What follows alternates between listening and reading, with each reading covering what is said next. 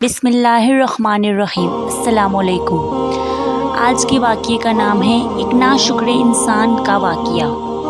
بیان کیا جاتا ہے کہ ایک شخص کھجوروں کا بڑا شوقین تھا۔ دن بھر درختوں پر چڑھ کر کھجوروں کو توڑنے اور کھانے کی فکر میں رہتا تھا۔ ایک مرتبہ اسے کافی اونچا اور بڑا درخت دکھائی دیا۔ اس پر کافی بڑے بڑے کھجوروں کے گچھے بھی لگے ہوئے تھے۔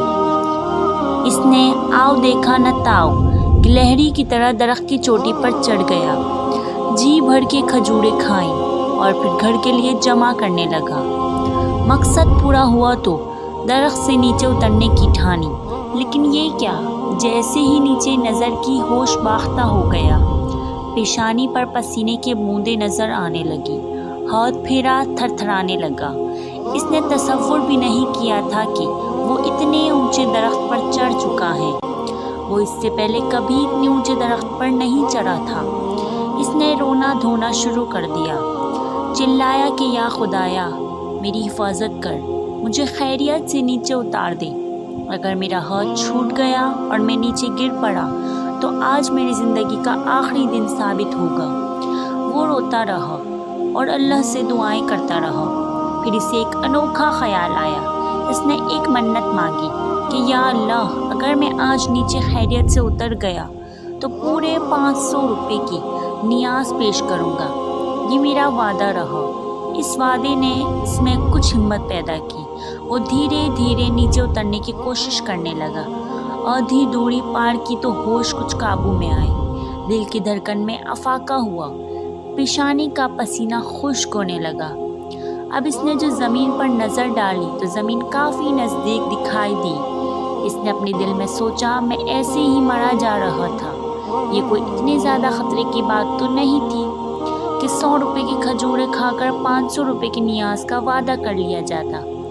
خیر پھر بھی نفع نقصان برابر والی بات پر عمل کر لیتے ہیں۔ 200 روپے ٹھیک رہیں گی۔ اب میں خیریت سے نیچے اتر گیا ہوں تو 200 روپے کی نیاز پیش کروں گا۔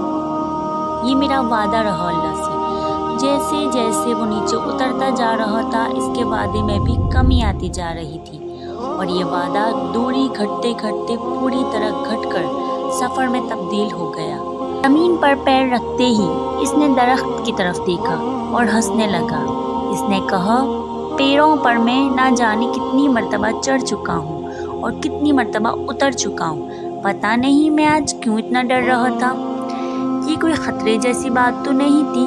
اور پھر اپنے ہاتھوں کو ملتا اور صاف کرتا ہوا آگے بڑھ گیا۔